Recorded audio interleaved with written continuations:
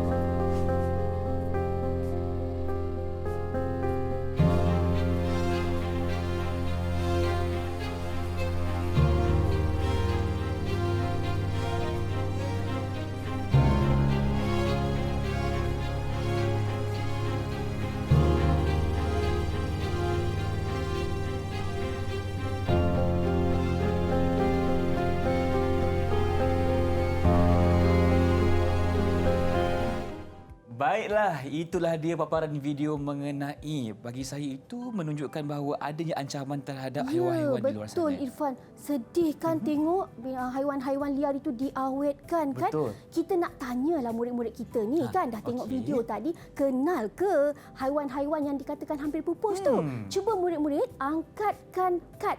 Okey, untuk menunjukkan tuliskan nama haiwan atau hidupan liar yang dikatakan hampir pupus. Tulis dulu, dan mungkin murid di rumah juga boleh sama-sama jawab soalan cikgu ni, apakah antara haiwan yang diancam kepupusan? Ya, betul. Baik, nampaknya murid-murid cikgu sedang menulis apakah haiwan-haiwan tersebut. Ada yang dah bersedia dan ingin kongsikan? Okey, dah tersenyum nampaknya cikgu. Okey. Baik. Berdebar pula cikgu.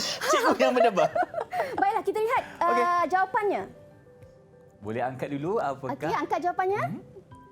Badak sumbu putih. Apa lagi tu Irfan? Cikgu tak nampak. Okey, beruang kutub. Beruang kutub. Harimau Bengal.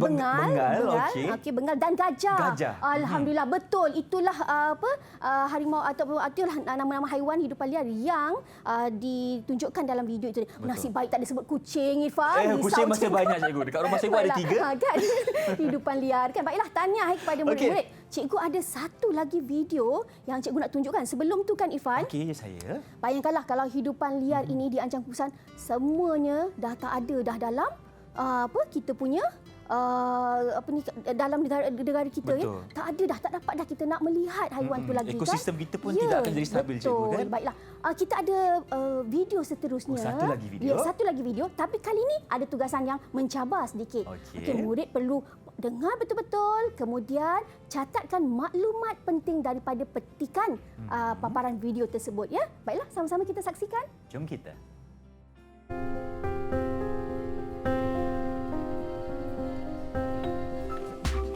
Susulan kejayaan seekor anak gajah Borneo yang diselamatkan oleh pekerja ladang di Sahabat 45 berhampiran sempadan hutan Simpan Tabin April lalu, FGV kini sedang membantu Jabatan Hidupan Liar Sabah dengan menanggung kos rawatan dan jagaan haiwan terbabit. Gajah Borneo berusia 2 tahun yang diberi nama Sahabat ditemui berkeliaran di kawasan ladang setelah mendapati bahawa kedua-dua mata anak gajah berkenaan terkena jangkitan teruk hingga memberi kesan kepada penglihatan. Sahabat telah dibawa ke Taman Hidupan Liar Lok Kawi yang terletak lebih 500 km dari ladang atau kira-kira 11 jam perjalanan oleh pemandu FGV yang secara sukarela mahu membantu anak gajah terbabit mendapatkan rawatan.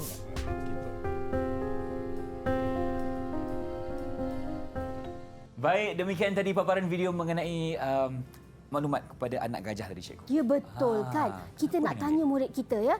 Kita ada penikat susun suai, maknanya susun padan ni macam mana murid ni nak rangkumkan maklumat yang didapati daripada petikan sedutan video itu tadi ya. Baiklah, ada sesiapa nak cuba jawab? Siapa nak cuba? Ada yang nak berikan cuba pendapat jawab? berdasarkan soalan yang cikgu berikan. Cuba angkat tangan siapa yang nak mulakan dulu?